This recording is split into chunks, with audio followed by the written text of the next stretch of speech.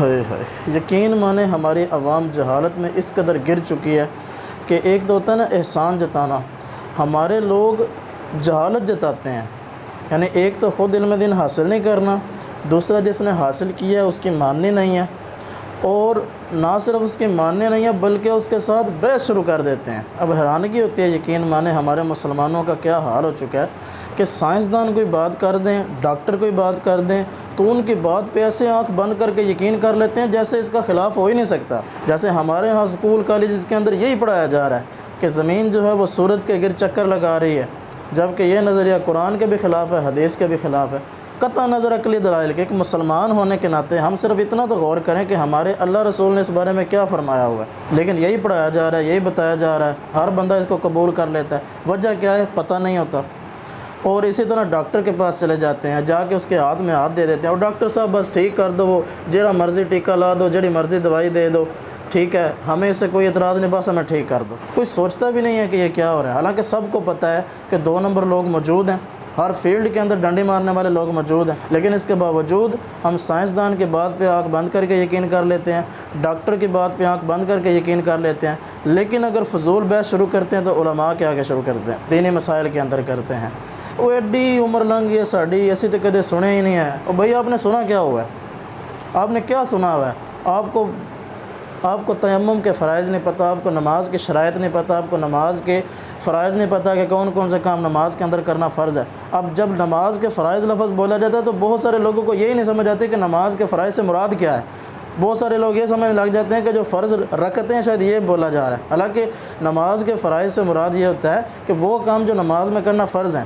اب ایک تعداد ہے جن کو یہ نہیں پتہ ہوتا، لیکن کیا ہے ان کی بات پہ آنکھ بند کر کے یقین کر لیں گے، لیکن جب کوئی ایسا مسئلہ ان کو پتہ چلے جو انہوں نے نہ سنا ہو تو آگے سے ڈاؤٹ، توقف اور جناب فضول بحث کا اظہار کرنا شروع کر دیں گے۔ یہ کتنی بڑی ناانصافی ہے۔ اب کرونا ویکسین کو ہی لے لیں، اس سے پہلے یہ بات یاد رکھیں، میں اس بات پہ کہ لگوانی چاہیے نہیں لگوانی چاہیے یہ نہیں کہہ رہا، صرف سمجھانے کے لیے ایک مثال دے رہا ہوں کہ جیسے کرونا ویکسین ہے، اب یہ لگوانے کے بعد بعض لوگوں کو نقصان ہوا ہے، جن کو نہیں ہوا تو یہ نقصان نہ ہونا اس بات کی دلیل نہیں ہے کہ اس کا کوئی نقصان ہو ہی نہیں سکتا۔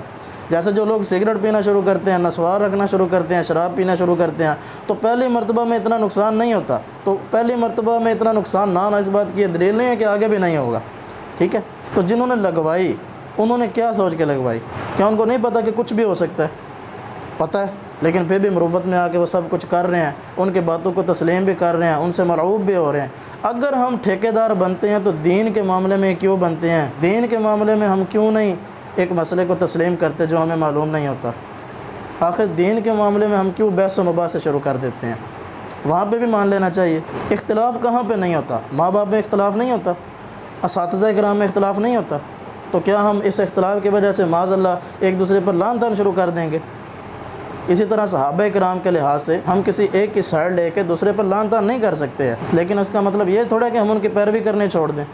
تو کیا ہمارا یہ ایک بے بنیاد سا معیار بنا ہوا ہے؟ اور دوسری طرف وہ طبقہ ہے جو بعض اوقات بحث نہیں کرتے اور بات مان لیتے ہیں، لیکن اب خود کو یہ سمجھ کے بے قصور شمار کرنا شروع کر دیتے ہیں کہ چلو اگوں نہیں کرنے لگے۔ مثلا نماز کے اندر کوئی غلطی بتائی تو یہ بولتے ہیں کہ اگوں نہیں کرنے لگے، اور بھائی جو پیچھے ہو گیا ہے اس کی بھی تو قضا کرنی ہے نا، تو بھائی جو پیچھے غلطی کی ہے وہ نماز ضائع ہو گئی ہے، اب اس کو دوبارہ سے پڑھیں گے تب بات بنے گی، ورنہ بروز قیامت پھنس جائیں گے۔ تو لا علمی اور جہالت یہ عذر نہیں ہے، یعنی بروز قیامت اگر ہم کسی غلطی کی وجہ سے نماز کو ضائع کر بیٹھے تو خدا کی بارگاہ میں یہ جواب نہیں دے سکیں گے کہ ہمیں پتہ نہیں تھا۔ ہم نے تجارت کرنی ہوتی ہے تو تاجروں سے مشورے کرتے ہیں، ہم نے بیرون ملک جانا ہوتا ہے تو تجربہ کار لوگوں سے مشورے کرتے ہیں، زمینداری کی بات ہو تو ذمہ داروں سے باتیں کرتے ہیں، سارے مشاورتیں معاملات کرتے ہیں، لیکن جب دینداری کی بات ہے تو ہم دینداروں سے کیوں نہیں مشورہ کرتے؟ ہم کیوں نہیں اپنے ضرورت کے مسائل جانتے؟ ہم کیوں نہیں فرض علوم سیکھتے ہیں؟ یہ ہماری بہت بڑی کمزوری ہے، یہ ہماری بہت بڑی سستی ہے، اس کو دور کرنا ہوگا۔ ہم لوگ یہ تو سوچ رکھتے ہیں کہ دین اور دنیا کو ساتھ لے کے چلنا چاہیے، تو اس بات کا کیا مطلب ہے؟ تو ہمارے ایک موٹیویشنل اسپیکر پیر بھائی ہیں، انہوں نے بڑی پیاری بات کہی، وہ فرما رہے تھے کہ دنیا اور دین کو ساتھ لے کے چلنا ہے تو انصاف کیا ہے؟ اگر ہم 12 گھنٹے دنیا کو دے رہے ہیں تو 12 گھنٹے دین کو بھی دیں۔ یہ نہیں ہے کہ جمعے کے جمعے مسجد آ جائیں یا عید کے عید نماز پڑھ لی تو یہ دنیا بھی ساتھ چل رہی ہے، دین بھی ساتھ چل رہا ہے، یہ دین نہیں چل رہا۔